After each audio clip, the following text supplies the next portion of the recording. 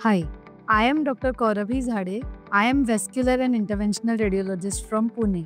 आज हम एक बहुत ही इम्पोर्टेंट टॉपिक पर डिस्कशन करने वाले हैं, pregnancy and varicose veins. Pregnancy में क्या वेरिकोज वेन हो सकती है? ये बहुत ही कंफ्यूजन होता है बिकॉज बहुत सारे लोगों को प्रेगनेंसी के टाइम में पैर में दर्द होता है या पैर में सूजन आती है। This is a warning sign. ये वेरिकोज वेन प्रेगनेंसी में होने का एक साइन है। अब समझ के लेते हैं कि प्रेगनेंसी में वेरिकोज वेन क्यों होता है। ड्यूरिंग प्रेगनेंसी बॉडी में कुछ ऐसे हॉर्मोन्स सीक्रेट होते हैं जिसमें प्रोजेस्टेरॉन की मात्रा काफ़ी होती है, जिस वजह से जो पैर की नसों के वॉल्स में इलास्टिसिटी कम होती है और इसी कारणवश पैर में वेरिकोज वेन बढ़ता है, उसकी तकलीफें बढ़ती है। और एक और इम्पॉर्टेंट कारण है प्रेगनेंसी के दौरान वेरिकोज वेन होने का, जैसे कि यूट्रस का साइज बढ़ते जाता है बेबी की ग्रोथ होते हुए, तो उस वजह से पैर की नसों में प्रेशर क्रिएट होता है और उस वजह से वेरिकोज वेन बढ़ता है। तो इसमें तकलीफें क्या क्या हो सकती है, पेशेंट क्या क्या फील कर सकता है। तो सबसे कॉमन है पैर दुखना, पैर में सूजन आना और बहुत बार बड़ी बड़ी वेन्स दिखने लगती है, राइट। ये सारी चीज़ें टेम्पररी होती है ड्यूरिंग प्रेगनेंसी। अगर प्रेगनेंसी में ये हो रहा है तो आप क्या कर सकते हैं, क्या होम रेमेडी आप कर सकते हैं जिससे आपकी तकलीफ ना बढ़े। तो सबसे इम्पोर्टेंट है आपको ज़्यादा देर खड़े नहीं रहना है, एक जैसा बैठे नहीं रहना है।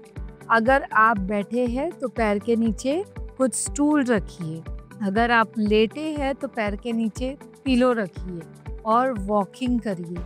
ये छोटी छोटी बातें का अगर आप ध्यान रखोगे तो प्रेगनेंसी में जो वेरिकोज वेन की वजह से होने वाली तकलीफें हैं वो नहीं बढ़ेगी।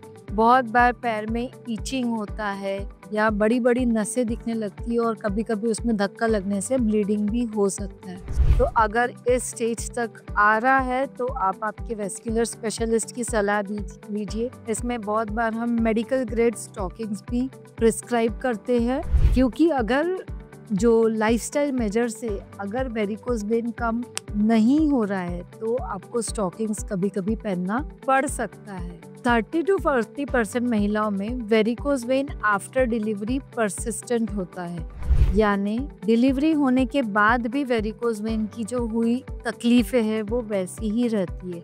तो ऐसी सिचुएशन में आपको इसको ट्रीट करना ज़रूरी है।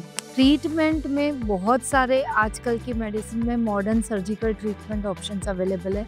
उसमें सबसे कॉमन है लेज़र, रेडियो फ्रिक्वेंसी एब्लेशन और ग्लू ट्रीटमेंट। ये सारे ही नॉन सर्जिकल या मिनिमल इन्वेजिव ट्रीटमेंट है जो एक छोटी सी नीडल द्वारा ट्रीट किया जा सकता है। पर अगर आप इसको ट्रीट नहीं कर रहे हैं तो आगे जाके ये पैर में पिगमेंटेशन क्रिएट कर सकता है, पैर में जख्म क्रिएट कर सकता है।